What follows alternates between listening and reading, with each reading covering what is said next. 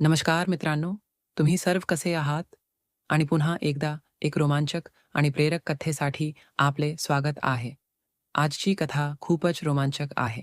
या कथेत तुम्हाला खूप मजा येणार आहे, म्हणून कृपया शेवटपर्यंत ऐका. ही कथा माझी आणि माझ्या भाच्याची आहे. मी चुकून माझ्या भाच्याला पॉवरची गोळी दुधाबरोबर खायला दिली. मग काय? त्यानेच मला उतानी करून रात्रभर माझ्या कपाटातून स्ट्रेंथ पिल काढली, जी अभिषेक कधी कधी घेत असे आणि स्वयंपाकघरात गेले. मी हळद आणि बदामाचे दूध उकळवले आणि त्यात एक गोळी टाकली, जेणेकरून अभिषेकला काही ताकद मिळेल. हे करत असताना रात्रीचे 10 वाजले होते.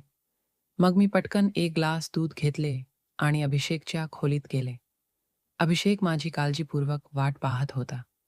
जसेच मी आत आले, तो उठला आणि माझ्याकडे पाहू लागला. जेव्हा त्याने काहीच बोलले नाही, तेव्हा मी स्वतःला विचारले, "तू कशाकडे पाहत आहेस?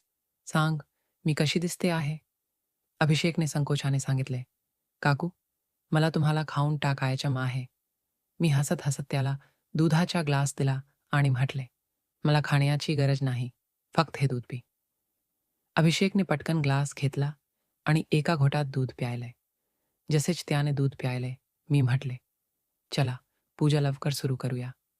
अभिषेकने उत्तर दिले, "काकू, मी पूजा सुरू करेन, पण तुम्ही दिव्यात तेल घालणार की पूजा थेट करणार?" मी हसत म्हटले, "माझी काळजी करू नका, मी आधीच तेल घातले आहे." अभिषेकने प्रथम काजू कतली चव घेतली. माझ्या पतीने आतापर्यंत काजू कतली खाल्लेली नाही. तो थेट पूजा सुरू करत असे. जेव्हा मी अभिषेकला म्हटले, "आता पुरे आहे, कर आणि किती खाणार?" तो म्हणाला, "नाही काकू, तुम्हाला माहीत नाही ते किती गोड आहे.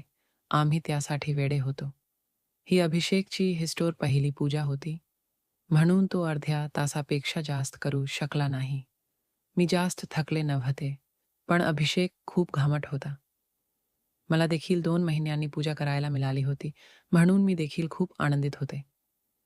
यानंतर अभिषेक थकला आणि विश्रांती घेऊ लागला. मीही तिथेच होते. जेव्हा मी त्याला विचारले, "पहिल्यांदा पूजा केल्यानंतर कसं वाटलं?" अभिषेक म्हणाला, "काकू, प्रामाणिकपणे सांगतो, असं वाटलं की मला आयुष्यातला सर्व आनंद एकत्र मिळाला आहे. किंवा म्हणा, तुम्ही जगातल्या सर्वात छान काकू आहात." मग आम्ही बोलत बोलत झोपलो. सकाळी उठल्यावर मी पूर्णपणे ताजेतवाने वाटत होते. मी उठले आणि चहा आणि नाश्ता करून साहिलला दिला. यानंतर मी अभिषेकच्या खोलीत त्याला चहा देण्यासाठी गेले. तोही उठला होता.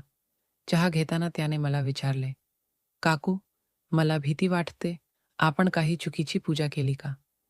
मला वाटले की कदाचित अभिषेकला पश्चात्ताप होत असेल. मी त्याला समजावून सांगितले, "अभिषेक,